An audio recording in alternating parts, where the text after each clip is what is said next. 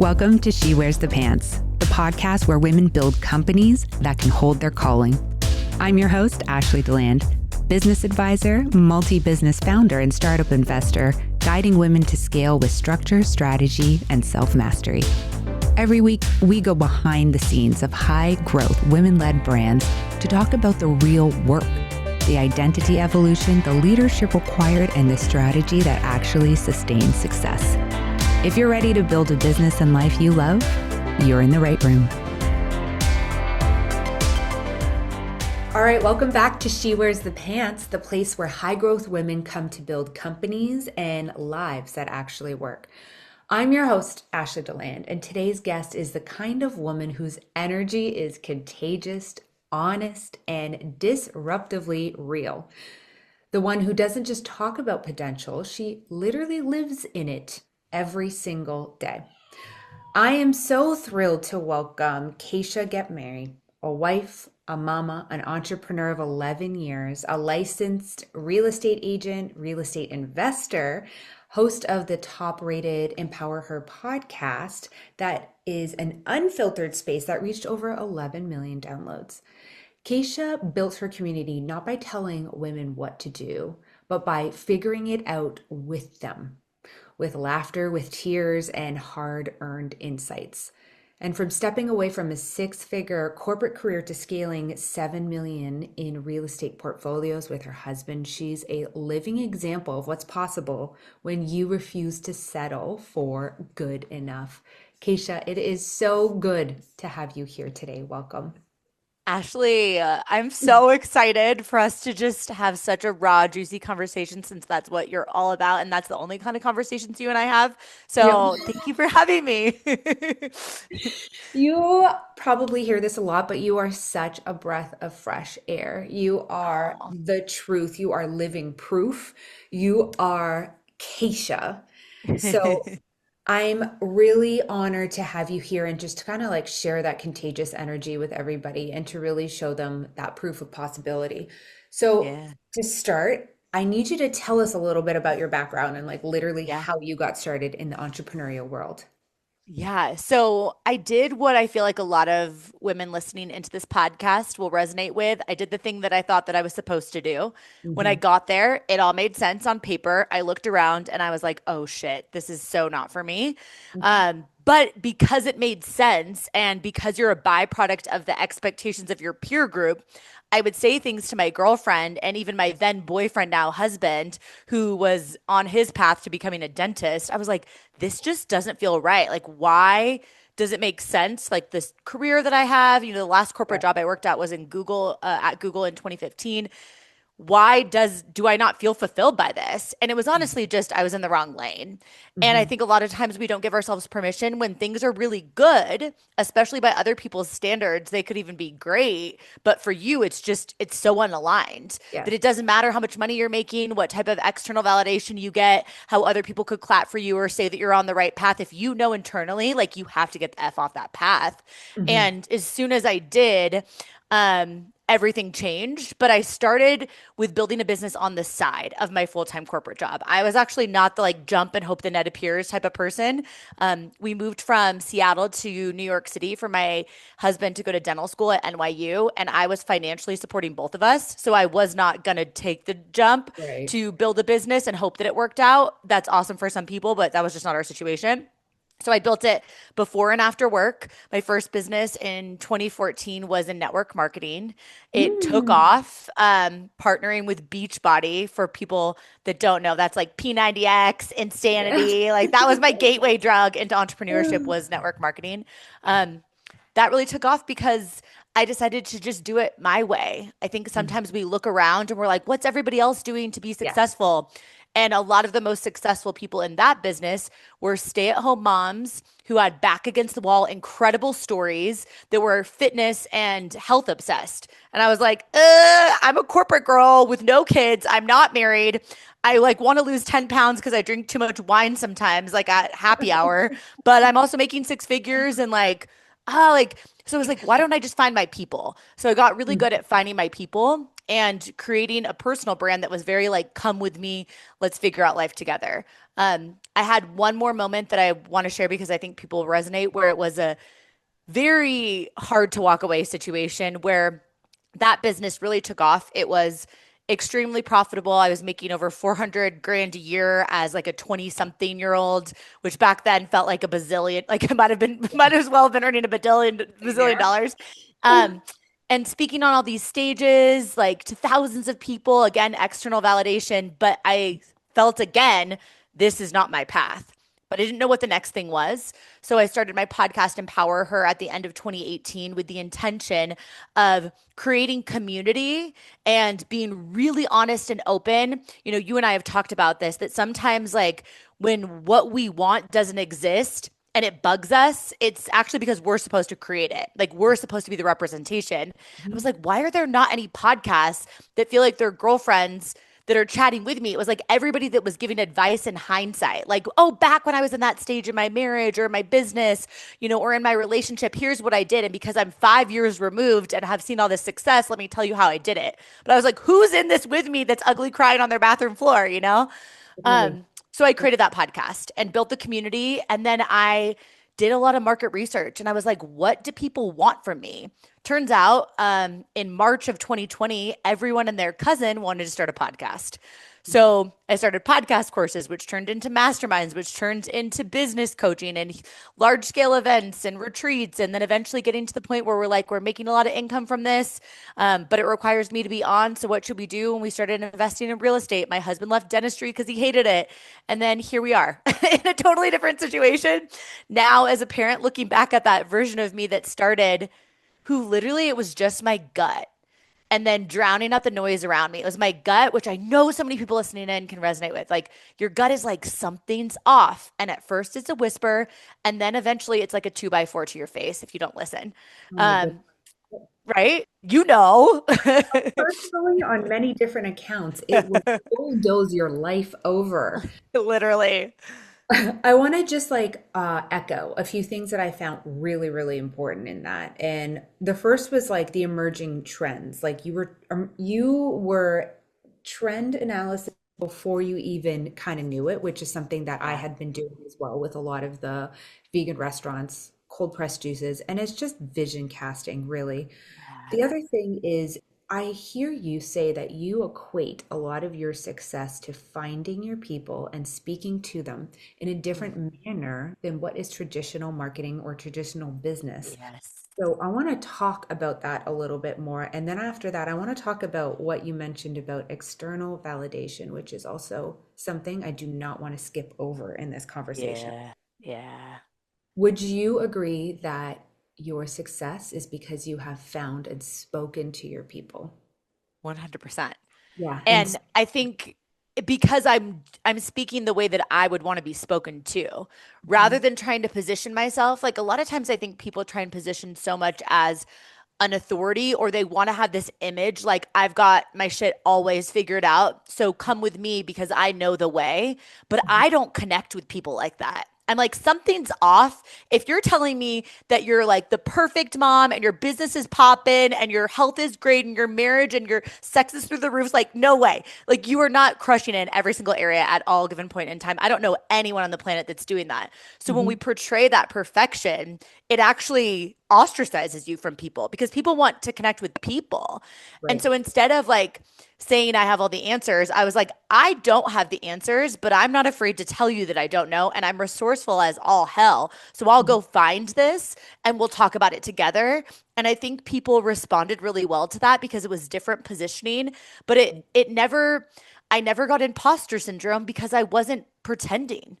You know, like Right. I never didn't feel like, a lot of times I feel like women say like some point along the way that they're nervous what people think. Like, what if they don't respond to this well? I'm like, this is literally who I am. So Yeah. either you like it or you don't. And that's okay. You can just gracefully exit if you don't. But who you're right for. They're like, this is my girl. And then they become lifers of whatever you do.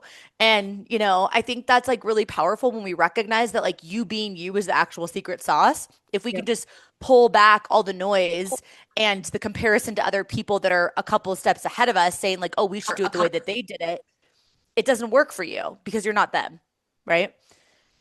Exactly. Something else that I have found that that I notice you do, which works very successfully for you, is that you are so transparent that you actually build in front of people. Like people will be like, we want this. And you're like, cool. I don't know how, exactly what you just said. I don't know how I'm going to do it. And I'm going to build it in front of you so that you see Yeah. the process. And I think it's just such a genius way of building life and building purpose and business in front of people. Do Yeah. you tell me the pros and the cons of doing that? Yeah. It's ridiculously fun. And for me, if it's fun, then I'm going to show up and do the things that I don't even necessarily always want to do because it actually just feels really fulfilling. Mhm. I'm really obsessed with falling in love with the process rather than what the process could produce because a lot of times along the way, if we're actually living an aligned life, where we think we're going changes. So if Yeah. I'm really process focused, I'm like, oh, cool, we're pivoting this direction, but I've still been obsessed with the process. So I didn't lose anything. Right. So one of it is honestly, joy is such a compass for me that like that is actually one of the main reasons. Love It's it. effective, I think, because again, it's a little bit different. So the pros are you're doing market research in real time. Like anytime I've created courses or masterminds or events, I'm like, I'm thinking about doing this thing. Would you be into it? I'm thinking about maybe this way or this way. Dropping polls on Instagram stories or like asking questions on my podcast and just being really open about what I'm thinking about because I've never seen anyone that I've coached, I haven't seen a lot of people have tons of success when they build behind closed doors and then they launch it. Often Correct. that leaves like crickets because Yep. people are like, oh, I didn't even know that this was coming. Versus if Exactly. they feel like they co created it with you, which they actually did, then they're like, oh, I want to buy this thing because she literally built this for me. I watched her build it. I gave her my input along the way. So I haven't had a lot of like total flops with launches or anything. The only thing that I had like a real flop with at one point was early on when I created this planner and I made it super complicated. And then I got so many questions about it. And I was just like, screw this planner. I'm just like recycling the rest of these planners. But it was because I didn't do enough co creation, I didn't do enough market research. And really listening to my like the person that I was most excited to serve. So I just think the pros are real time feedback, higher conversion, more fun and fulfillment. Mhm. The cons, I guess, is like you have to be comfortable with creating in public. And a lot of our culture rewards like the end game, not Yeah. the process. So Yeah. you're almost working against what you think is going to position you as an authority, what you think is going to help drive sales into your business because you want to seem so polished because you think that's going to make people trust you more.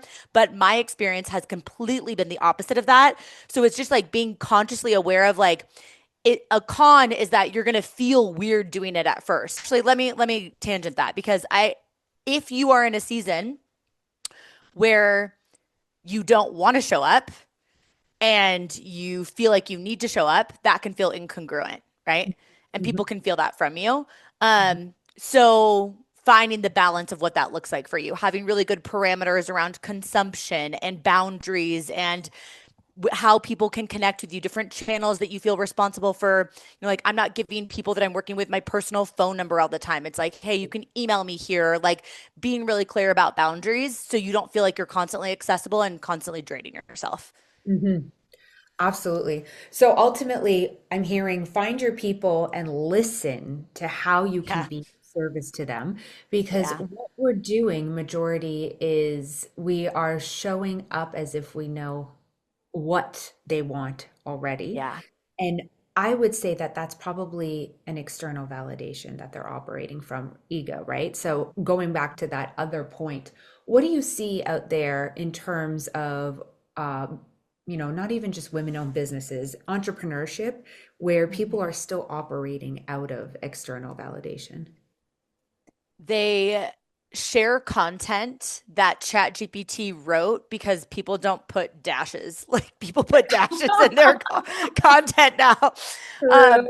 Yeah. They say it like so elevated that I'm like, I know you and you don't talk like that in real life. People Hmm. can feel the incongruence so quickly. Yes. I also think, to be honest, like when we're looking for external validation, it's almost like we're trying to posture again in this perfect way that we forget how smart consumers are. Like Right. people know that if all of a sudden, prices are cut and like only two spots left in my course. Just kidding. I opened up two more. It's like, we know that was part of your plan. We're not idiots. So I Yeah. almost think that it's like, stop trying to posture like you have this perfect business plan where it's like, just be open about like, hey, I brought this amount of people in, and then I realized like there's space for a couple more types of personalities in this mastermind. So like I am reviewing more applications. People are Hmm. just so much more responsive to that. But if you're so focused on external validation, telling yourself a story that people need to see that I sold this out quickly and they need to see that I had the plan and I executed on the plan and everything went according to plan, you're missing opportunity to grow your business and you're missing opportunity to build real trust. And I mean, you see it on social media all the time. It's like the carefully curated everything when it's like, we want to see you behind the scenes. We want to Hmm. see part of the build. We want to see the juggle. You don't have to want to show your kids on social media, but if you're a parent and you're building a business, we want to see that it's a juggle because otherwise we're looking at our behind the scenes, comparing it to somebody else's carefully curated content. And we're being like, I don't even feel like I know her. She must not Exactly. understand what I'm going through at all. Hmm. Man, like she's got it together. And even if we know that that's not true, we feel disconnected from her. And people buy from people that they trust. So it's like while you're seeking, I want to post the trendy thing to get all the likes on it.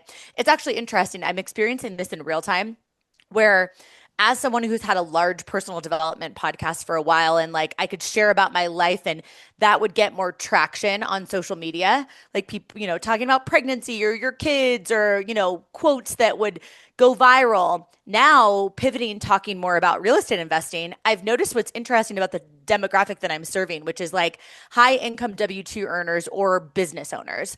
A lot of them are not like liking and commenting on my content that I'm putting out there. So like the visibility is down, but they're DMing me like, I want to talk to you about buying investment properties, but they don't interact with the content. It's a different demographic versus when you're reaching the masses.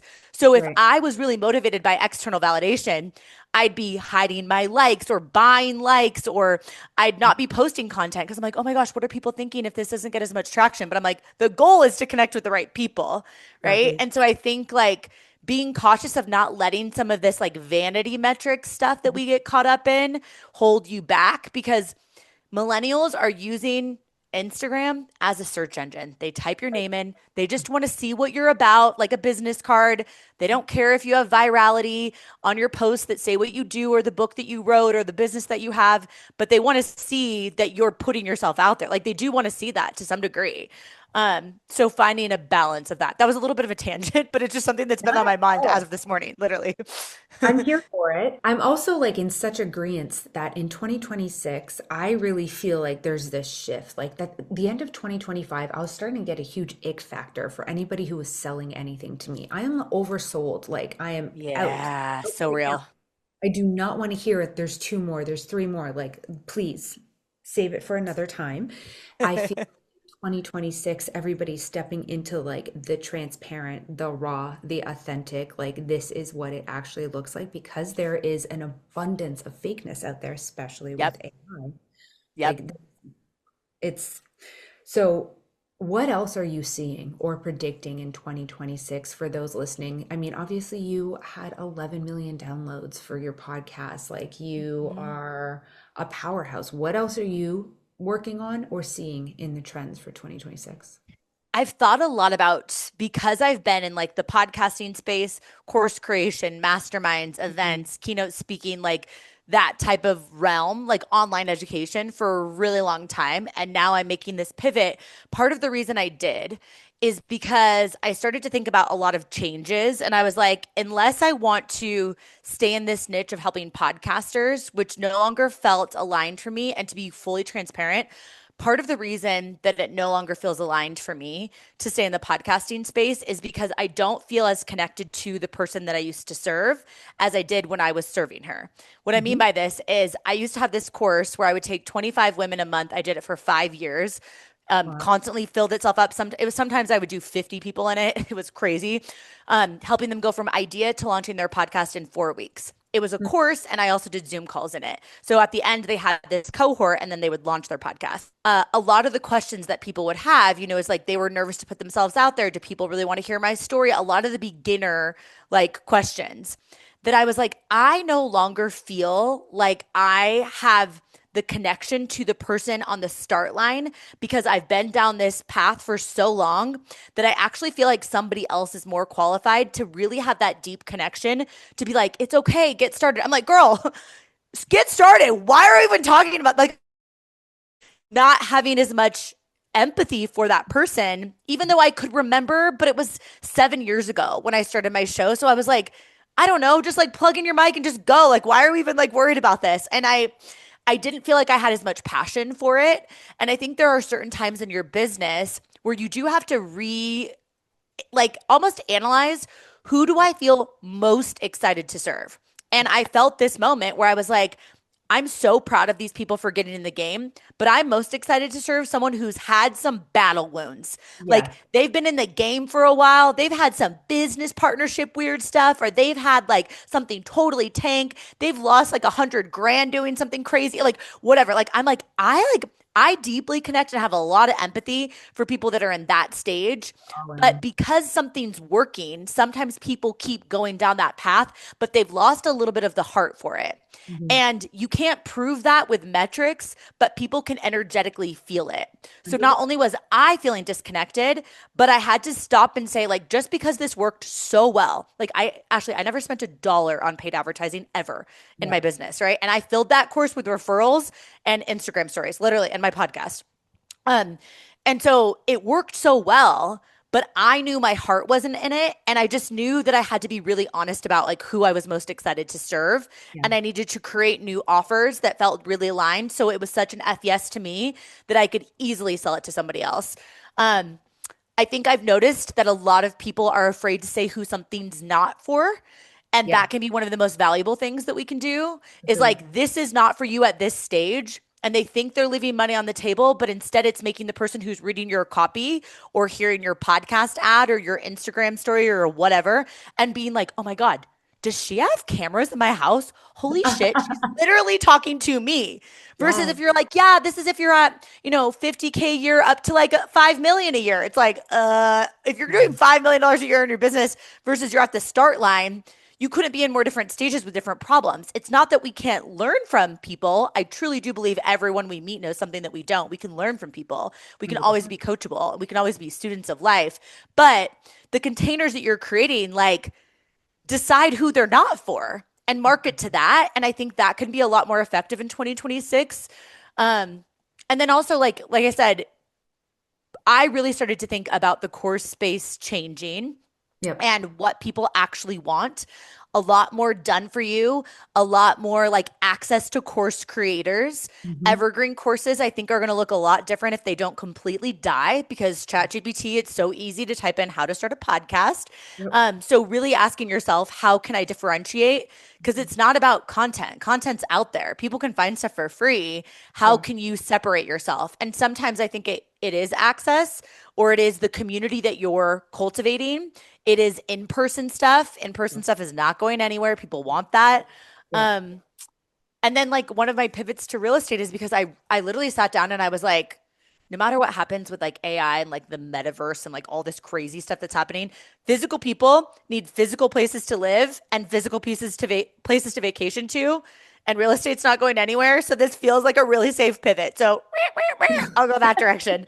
Um, so And I love that about you. Like, again, not only do you build in real time, I think you give women ample permission to redefine and to transform into that new becoming and that version of themselves.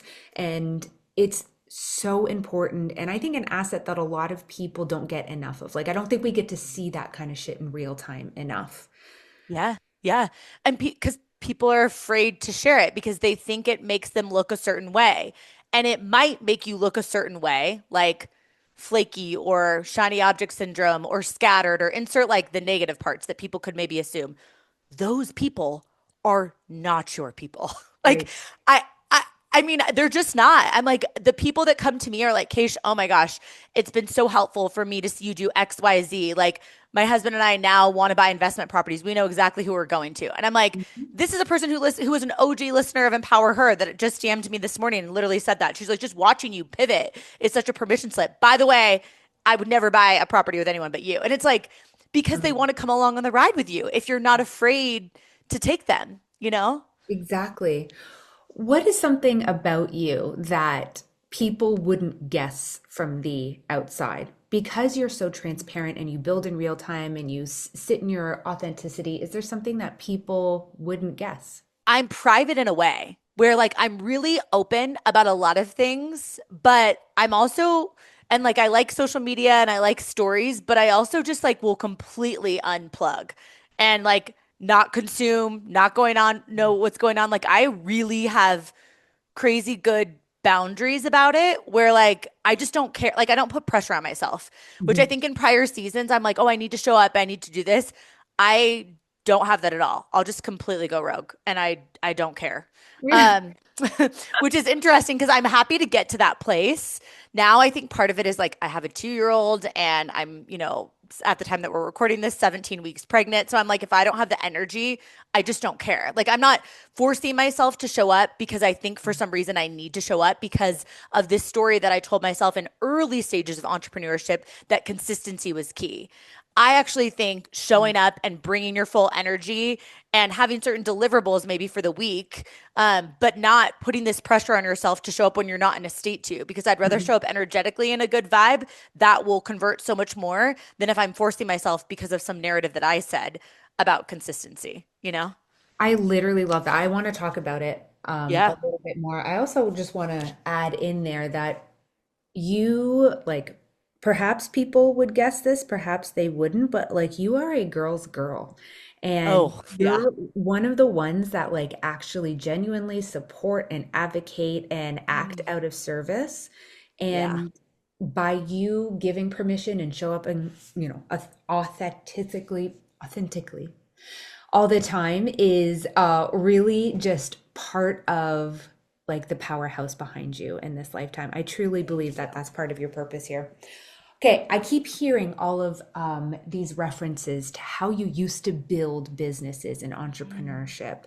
Can you remember like your top five of what you used to live by and how they have changed? But Oh my then what the gosh. through line is with it all. Yeah. I mean, I came from a network marketing background, and I think that was very, very different because you're not creating your product, you're trying to figure out how to market that product. And so much of what was drilled into me was like, you have to just consistently show up, right?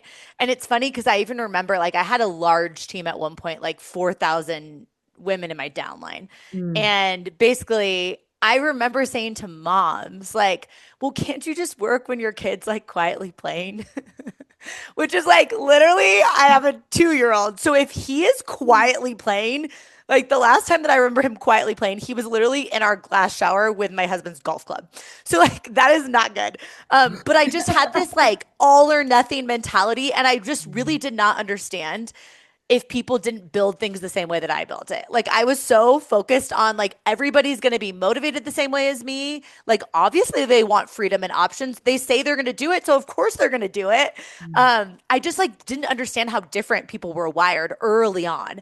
So I had to really learn as a leader to get really good at me and then help other people get really good at being them. Yes. Understanding that our strengths and our differences like attract the right people so I could help them figure out like what's their unique secret sauce, not trying to get them to duplicate how I was doing it. Because I was honestly just like a hustler. And a lot of times, there's all of this like soft girl era and like ease and like when like the moon's in retrograde, work on your business. And I'm like, what the fuck? It's true. No offense, but I'm like, if you're only working when the moon's doing whatever the moon's supposed to do, or it's a certain cycle of your period, like good luck, girl. And I mean that with like a lot of love, but at the same time, I'm like, I just like had no excuses because the build at the very beginning stage, it sometimes just requires that. And the Exactly. grit does earn you the flow. And Yep. it's funny because a lot of these people that are preaching about like being in flow and alignment and like ease and all of that, they had a season where they Exactly. grinded it out to For like get to the 5 years. point where they were in Yeah. flow. Yeah. Um, so Yeah. I look back at like the early versions of me and I'm like, she was a hustler and I have mad respect for her because also, just to be really honest, that gives me a lot of internal safety. Like Mm, I know that while I don't perform in my business that way, I don't perform anymore. And I think a lot back then I was a little bit more performing.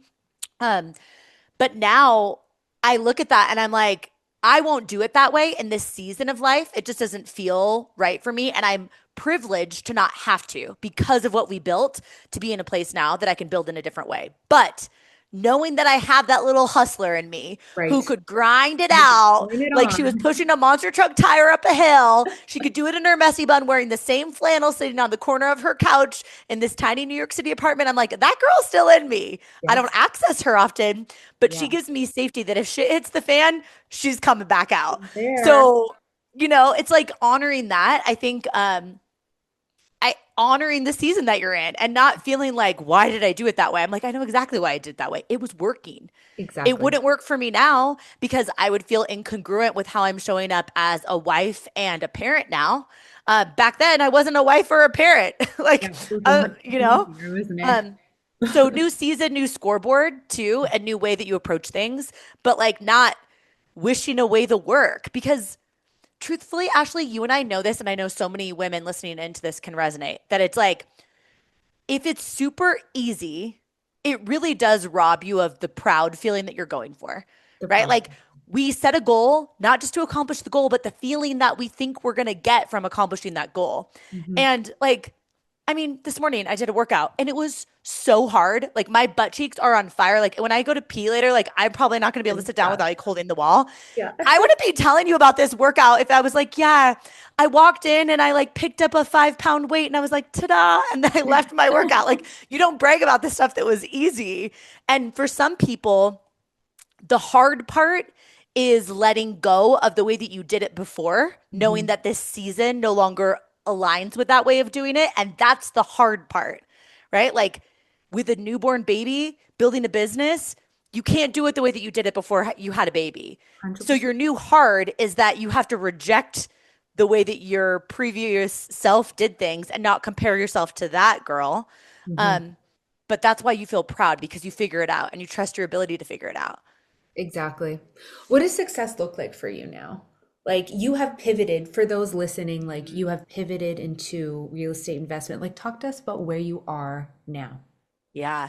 Success in this season is just loving the person that I am while I'm doing the thing. Yes. And, you and I have talked about this. Like, I had a season where I swung the pendulum really far into motherhood mode, partially because I've been an entrepreneur for so long that I had wanted to gift a future version of myself the opportunity, even financially, just full transparency, to have that opportunity to do that. Yeah. And it's almost like I had to scratch the itch. I had to do it to see if Yeah. it was aligned for me. And it really wasn't. Like, I love kids. Like, I love having a kid. I'm so grateful to be pregnant with our second, especially after a long fertility journey. Mhm. Um, but I'm just not physically built to feel happy and fulfilled if I am not creating and building business outside of motherhood. Yeah. And I didn't know until I did it. Mhm. And I really believe that, like, our kids choose us as their Yeah. parents. So my Mhm. son needs to see me be the most me that I can be. And that's what he signed up for, is a Mhm. mom who's also an entrepreneur. I want the juggle. I want to feel like I don't know how I'm going to do it all some days. I want to put my head on my pillow every night and be like, damn, that was wild. Right. And like, I want the juggle of that because that feels like the most fulfillment to me. So Yeah. this season of life success looks like me feeling really fulfilled, which means I have to challenge myself. And I Yep. needed to switch career paths. I had been in the same industry doing a lot of the same things for a really long time. I was underwhelmed a little bit. Hmm. I didn't feel like I was growing in the way that like makes me feel lit up and like Keisha. Yeah. Um, and I can't sit on the ground and play with trucks for 5 hours. I can do it with like full ass energy for 2 hours. Like, watch out. I'm such a great mom. But I also think I'm a great mom because I know how important it is to light myself up too, you know? Hmm. I love that. So Yeah. talk to us about the real estate investment. So for those listening that are Yeah. like, you know what, she's speaking my language. That's where I want to be moving towards. Talk to us. Yeah. So, because everything that I was doing in my business required me to be on, right? Like it was like podcasting and keynote speaking and hosting masterminds and all of my courses, required me to be on. There was nothing wrong with that. But I had a friend say to me like, "Do you want to build this to sell it or are you just going to be on this hamster wheel like for forever?" And I was like, Mhm. "Oh shit." You're totally right. I loved it, so it wasn't a problem. And I didn't actually want to like change the business model to take me out of it or like bring other coaches in or anything like that. That didn't feel right. So instead, I was like, let's use this business, take the capital that's coming in from that business and build another business that doesn't require my voice or my face or social media or a podcast, right? So we started taking all of the income coming in from my business, pouring it into real estate. So we actually bought a property a quarter for 6 quarters in a row in 2022. And that's how we built up our portfolio. A lot of like creative financing things because my husband and I are both entrepreneurs and like did a lot, learned a ton. And it just gave us a lot of freedom. So when I was thinking about this chapter, it was interesting because when I got pregnant with my son, I was like, keep doing everything you're doing. Just keep it calm, keep it steady. You'll figure out, like, let yourself evolve. You'll see if motherhood changes you. You'll see what you want to do. As soon as I got pregnant with number two right now, I was like, figure it out right now. Like you need to figure out the path that you're going to because I envisioned a future version of me that had a toddler and a newborn that wasn't quite sure exactly what she was excited about and how hard that was going to be to move from that place. So Yes. I got pregnant and I was like, get your real estate license, get into a brokerage that sells investment properties. Like, this is what you want to do. You've always thought this would be awesome to get to help people that want to get started in their investing journey. So during my first trimester, that I got licensed in Colorado That's what you and do. now I'm off to the races and I'm so excited because I have this like interesting timeline where I'm having a baby in 5 months, but I'm like full send, you know? Yep. Um, and it's interesting that like sometimes I think people get scared of motherhood, but like this baby is going to be a firecracker. I already know it because this baby literally woke me the F up that was like, Kish, what are you doing? Yeah. Get it together. Like, let's go, you know? So now at this point, I work primarily with high income W-2 earners that want to invest in real estate, whether that's short-term rentals or different type of investment properties in Colorado, or business owners who are in a similar stage as me, where Mhm. they're like, everything I'm doing requires me to be on. And like, crap, I want to take my money and have it work for me. And so I primarily work with people that want to buy in Colorado, but then I'm also have a network of people in all different markets. So that's the journey now. And then I Oh still my have my God. podcast, which I love and do because I love it. Oh my goodness. I remember when we were in what do we call it? A hotel room Yeah. together talking about Yeah. Yep. talking about our future. And at the time we were both trying to get pregnant, go down that fertility route. We both had a long haul with fertility issues. And I mean, even thinking back to the Keisha back then, you were so passionate about real estate that it just to Yeah. me feels like this moment of you coming into your own is like, of course, this is what she's doing right now. Of course, Yeah. she's glowing on on this podcast with her baby number two there, in an arena that she's passionate about, and it's about to explode for her because where Keisha goes, like God goes. So. Oh, I I'm love you. You're so sweet. genuinely, like, so, like, on a sister level, so freaking happy for you and all the Thank you. success that is surrounding you. And I know it's just the beginning. So, to wrap up the podcast, our signature She Wears the Pants question is looking back on your journey of wearing the pants. What message do you want to relay for future generations of women in business? I think if you identify with that and you listen into this podcast, you probably have a really big vision of where you want to go. Mm. And it's so easy to get caught up in the distance between where you are now and where you want to go, especially because you're probably constantly going to be moving the goalpost. Yeah. So I really want you and me for forever to really focus on how we're labeling that space, right? Mm. Is it intimidating? Is it overwhelming? Are we telling ourselves stories of why we can't do it? Are we getting caught up in like, how is that future version of me going to handle this? And just remind yourself, like, future you's got this. Future you has more Yeah. experience. Future you has more confidence. Future you has more resources. She's been around the block. Like, you figure out everything that you need to know on the path toward getting where you want to go. So if you're going to use your beautiful imagination, let's not use it to create stories of why you're not capable. When you're the only person you're going to spend every single second with for the rest of your life, like, be on your own team and Yes. hype yourself up and trust that you would have never been gifted this vision if you weren't also gifted the resourcefulness to figure out any how along the way. So stay the path, fall in love with the path, and know like it's not even going to work out the way that you planned because it's going to be a bazillion times better. Agreed. That path is meant for you. Keisha, thanks so much for sharing your wisdom and your energy and your breath of fresh air at all times. We're going to put all of the ways that people can follow you and connect with you and talk to you down in the show notes. But I just want to genuinely say thank you so much for being here today. Thank you so much. I adore you. This was She Wears the Pants, where women rise into what they're meant to hold. If this episode moved you, changed you, or challenged you, send it to a woman you want to see rise. Make sure you're subscribed so you never miss an episode. And if you're ready for deeper strategy, identity expansion, and high-level support, you can find me on Instagram at Ashley Deland. Until next time, keep leading boldly, building intentionally, and becoming the woman your calling requires.